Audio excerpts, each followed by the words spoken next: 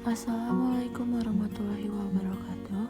Perkenalkan, nama saya Raisa Sipa dari kelas 12 IPA 1. Di sini saya akan menjelaskan tentang pelanggaran hak dan kewajiban warga negara. Sebelum ke kasusnya, saya akan menjelaskan apa definisi hak warga negara. Definisi hak warga negara adalah setiap warga negara wajib atau berhak memperoleh sesuatu sesuai dengan aturan undang-undang yang berlaku. Nah, kali ini kita langsung ke contoh kasusnya. Penasaran kan?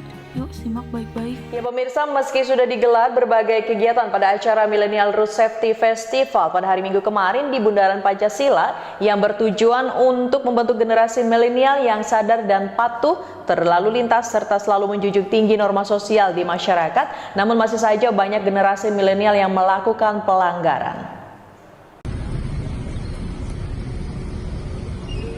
Meski sudah digelar berbagai kegiatan pada acara Millennial Road Safety Festival pada hari Minggu kemarin di Bundaran Pancasila yang bertujuan untuk membentuk generasi milenial yang sadar akan kepatuhan berlalu lintas serta selalu menjunjung tinggi norma sosial di masyarakat.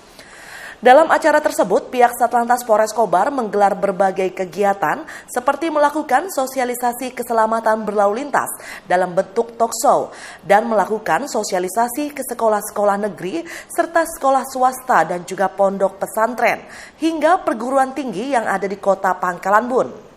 Namun pada kenyataannya di lapangan pelanggaran berlalu lintas masih saja terjadi hingga melibatkan para pelajar yang harus diberikan sanksi tilang karena kedapatan tidak memiliki surat izin mengemudi atau SIM. Serta pengguna kendaraan masih di bawah umur, bahkan diperparah dengan kendaraan tidak dilengkapi dengan surat-surat lengkap seperti STNK. Begitu juga dengan masyarakat umum yang terjaring razia selain tidak bisa menunjukkan surat kendaraan dengan alasan ketinggalan di rumah, bahkan ada juga kendaraan mereka yang tidak dilengkapi dengan plat nomor polisi, kaca spion, knalpot, dan ban kendaraan tidak standarisasi SNI. Serta kedapatan tidak menggunakan helm muka belakang saat berboncengan. Sanksi tilang yang diberikan kepada para pelanggar lalu lintas selain kendaraan roda 2, kendaraan roda 4, hingga lebih juga dilakukan pemeriksaan kelengkapan termasuk sabuk pengaman untuk pengemudi dan penumpang harus terpasang. Dan surat kendaraan pun juga tidak luput dari pemeriksaan petugas Satlantas Polres Kobar, termasuk yang menggunakan nomor polisi dari luar daerah yang masih tinggi mendominasi di kota Pangkalan Bun. 19. Ini? Penumpang tidak membawa STNK. Rudi Bintoro, SBTV. Nomor PU berapa? Jangan ah. Itu dia contoh kasus pelanggaran hak dan kewajiban warga negara. Di situ contoh kasusnya yaitu pelanggaran lalu lintas. Apa penyebab faktor pelanggaran lalu lintas?